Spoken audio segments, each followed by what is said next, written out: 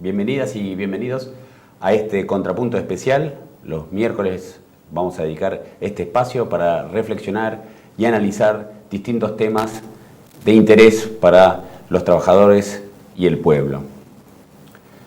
Hace casi 2 meses desapareció Luciano Arruga. La última vez que fue visto lo fue en una comisaría de Lomas del Mirador del Gran Buenos Aires. Todo hace presumir que la bonaerense o lo asesinó o lo tiene secuestrado. Este tema, recién hace 1 o 2 semanas, empezó a aparecer en los medios muy tibiamente, lejos de aquellos titulares grandilocuentes cuando desaparece o es secuestrado algún empresario o algún hijo de empresario. El 18 de marzo hubo una movilización de no más de 7.000 personas en la Plaza de Mayo por la seguridad, donde hablaron el rabino Bergman y el cura Marcó.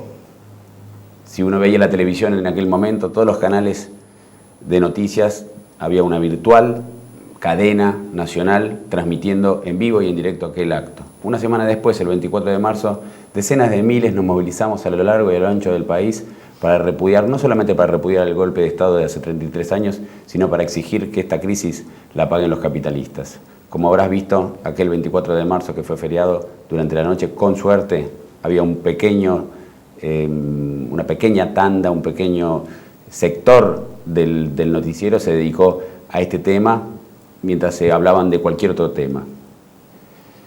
Y así podemos hablar de muchos temas, como por ejemplo las huelgas obreras, como aquella huelga del casino, que de pronto desapareció de todos los medios cuando Cristóbal López empezó a poner publicidad en estas.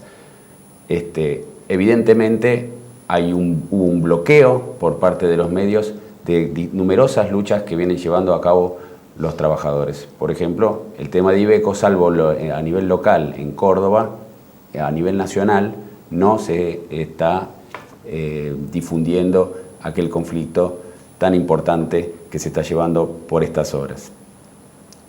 Estamos con 2 invitados para discutir justamente sobre el tema de los medios a partir del lanzamiento de un anteproyecto de ley por parte de la presidenta Cristina Fernández, denominado Ley de Servicios de Comunicación Audiovisual, alrededor de un mes lanzado en La Plata.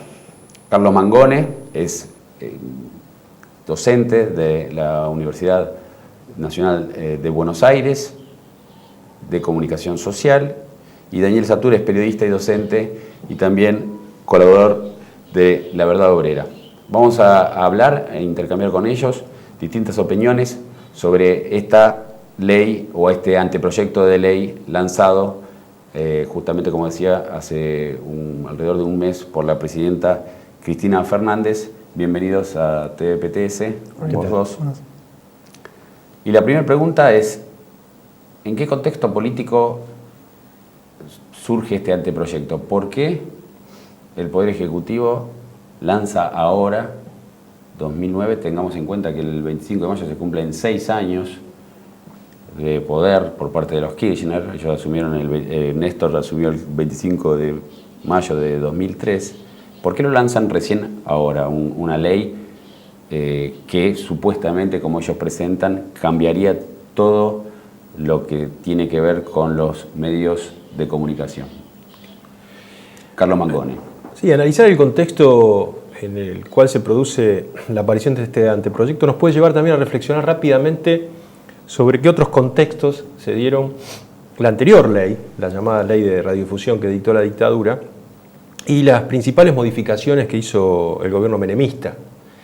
Porque una ley sobre medios, en una época que ya abarca casi 30 años, en donde hay una opinión común, un acuerdo acerca de que los medios influyen notoriamente, no solo en la sociedad, en las creencias, en las opiniones y en las conductas, nos puede ayudar un poco. Los militares decretaron esa norma, ¿no?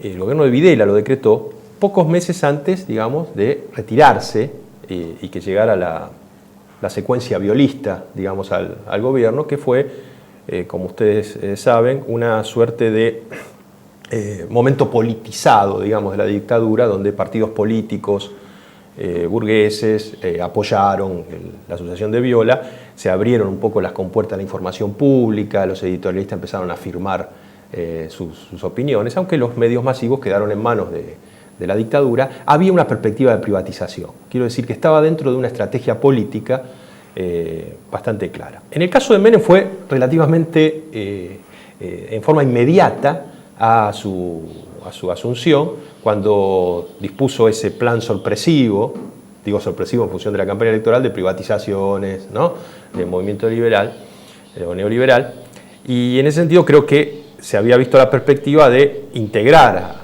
a los medios que iban a ser beneficiados, a los grupos empresarios que iban a ser beneficiados, a una política de apoyo, si bien Menem tuvo sus dificultades el primer año, una política de apoyo a toda esa cuestión. Entonces uno puede pensar, ¿por qué ahora el gobierno de Kirchner plantea esto? ¿Y por qué ahora? En función de que si uno hace un análisis del periodo kirchnerista, tanto de Néstor como de Cristina Fernández, va a encontrar que en el momento más fuerte, digamos electoralmente, incluso en la influencia política, cuando los derechos humanos eran esgrimidos como una suerte de espada importante de su política, las medidas que tomó este gobierno con respecto al sistema de medios masivos de comunicación fueron medidas en la misma línea, digamos, que el menemismo. Es decir, ratificando el sistema multimediático concentrado, oligopólico, beneficiando bajo la excusa de la crisis financiera, excusa que hoy se esgrime en algunos países de Europa para fortalecer fusiones y concentración de medios. No nos olvidemos, y este es un detalle a tener en cuenta, que cuando los medios en este momento están contraatacando la ley o el anteproyecto de ley, están poniendo como argumento que la tendencia mundial de los medios capitalistas, del sistema de medios capitalistas, es a la fusión, porque la fusión de alguna manera dejaría a los más fuertes, en una suerte de darwinismo, ¿no?, de selección de los más fuertes, y podrías solventar la crisis, o sea, enfrentar la crisis.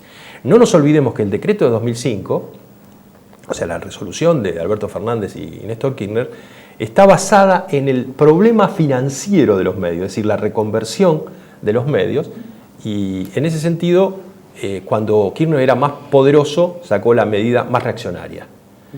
Y cuando Kirchner es más débil, aparentemente propone una medida que tiene algunas características progresivas. Por lo tanto, analizar el contexto significa también reflexionar sobre qué garantiza que salga una ley. No solo en el plano parlamentario, sino en el plano social.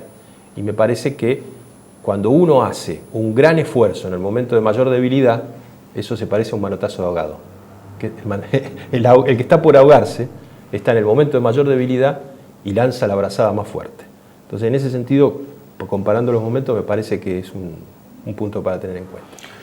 Daniel Satur, ¿nos contestás después de un pequeño corte que vamos a hacer? ¿Cómo no? Enseguida volvemos.